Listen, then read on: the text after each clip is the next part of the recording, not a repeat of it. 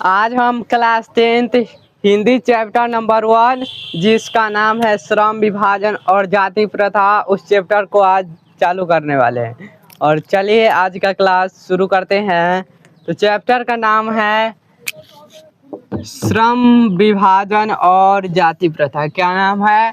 श्रम विभाजन और जाति प्रथा। तो आज के इस क्लास में हम लेखक परिचय जानेंगे, ठीक है। तो हमारे चैप्टर का विधा क्या है? तो निबंध है। क्या है? निबंध। लेखक का नाम है, इसको आप लोग जानते ही हैं, बाबा साहेब डॉक्टर भीमराव अंबेडकर, जिन्होंने हमें बोलने की आज़ादी दी, जिन्होंने हमें पढ़ने की आज़ादी दी, वही है हमारे बाबा साहेब डॉक्टर भीमराव अंबेडकर, जिसे संविधान का जनक भी कहा जाता है, जिन्हें संविधान का जनक भी कहा जाता है। जनक किसे कहा जाता है? संविधान का। तो बाबा साहेब डॉक्टर भीमराव अंबेडकर को, ठीक है। चलिए, तो उनका जन्म कब हुआ था? तो उनका जन्म 14 अप्रैल 1891 ईस्वी में हुआ था। कब हुआ था? 14 अप्रैल 1891 ईस्वी। और स्थान था महू, मध्य प्रदेश के दलित परिवार में। जो उनका जो जन्म हुआ था एक दलित परिवार में हुआ था। किस परिवार में हुआ था? तो दलित परिवार में। चलिए, तो उनके माता जी का नाम था भीमाबाई। क्या नाम था? भीमाबाई। उनके पिता का नाम था रामजी सकपाल। निधन उनका कब हो गया? दिसंबर 1956। दिसंबर 1956 दिल्ली में। कहाँ हुआ था? दिसंबर 1956 दिल्ली में। अब जानेंगे शिक्षा और प्रभाव। क्या कौन कौन से शिक्षा किए, कहाँ कहाँ पढ़ने गए और उसका प्रभाव क्या हुआ? चलिए पढ़ते हैं। देखिए, बड़ौदा नरेश के प्रोत्साहन पर उच्चतर शिक्षा के लिए न्यूयॉर्क गए। न्यूयॉर्क कहाँ है? तो अमेरिका में। फिर वहाँ से लंदन यानी कि इंग्लैंड गए। लंदन कहाँ है? तो इंग्लैंड में। तो अब चलिए जो नेक्स्ट है उसको आप लोगों को बताने का प्रयास करते हैं।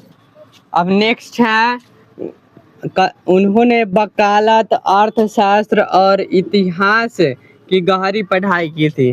किसका गहरी पढ़ाई की थी? तो वकालत, अर्थशास्त्र और इतिहास की गहरी पढ़ाई की थी, याद रखिएगा, ठीक है। और उनके प्रेरक व्यक्ति कौन है? तो ये सवाल में हमेशा पूछा जाता है, तो इसको क्या करिएगा, मतलब समझ के याद कर लीजिएगा। तो उसके प्रेरक व्यक्ति उनके प्रेरक व्यक्ति 3 थे, ठीक है। तो उनके जीवन और चिंतन के 3 प्रेरक व्यक्ति थे। कितने प्रेरक व्यक्ति थे? तो 3। पहला में थे बुद्ध, दूसरा कबीर, तीसरा ज्योतिबा फुले। कौन कौन? तो पहला में है बुद्ध, दूसरा कबीर और तीसरा ज्योतिबा फुले, ठीक है, याद रखिएगा। और उनका एक विख्यात भाषण था। क्या था? एक विख्यात भाषण। तो विख्यात भाषण क्या था? The annihilation of caste. क्या था? द एनिहिलेशन ऑफ कास्ट, जिसका हिंदी रूपांतरण ललाई सिंह यादव ने की थी। कौन की? तो ललाई सिंह यादव। हिंदी रूपांतरण किसने की? अगर क्वेश्चन में आएगा कि जो द एनिहिलेशन ऑफ कास्ट को हिंदी रूपांतरण किसने की, तो याद रखिएगा ललाई सिंह यादव ने, ठीक है। अब क्या करना है, और जो आपका इसमें रचना है वो रचना आप लोगों को स्क्रीन पर दिखाई दे रहा होगा, वहाँ से आप लोग लिख लीजिएगा, ठीक है। यहाँ मतलब लिखेंगे तो थोड़ा टाइम लग जाएगा, आप यहाँ से लिख सकते हैं। और जो ये चैप्टर है श्रम विभाजन और जाति प्रथा, यह कहाँ से लिया गया है? तो याद रखिएगा, यह लिया गया है द एनिहिलेशन ऑफ कास्ट से। कहाँ से लिया गया है? एनिहिलेशन ऑफ कास्ट से, ठीक है, याद रखिएगा। अगर इस सवाल में आएगा कि श्रम विभाजन और जाति प्रथा कहाँ से लिया गया है, तो एनिहिलेशन ऑफ कास्ट से लिया गया है। तो आज का क्लास आप लोगों को कैसा लगा कमेंट में ज़रूर बताइएगा, और अच्छा लगा होगा तो लाइक करके और हमारे चैनल को सब्सक्राइब करके अपने दोस्तों के पास शेयर जरूर करिएगा। तो मिलते हैं नेक्स्ट क्लास में, तब तक के लिए धन्यवाद। जय हिंद, जय भारत।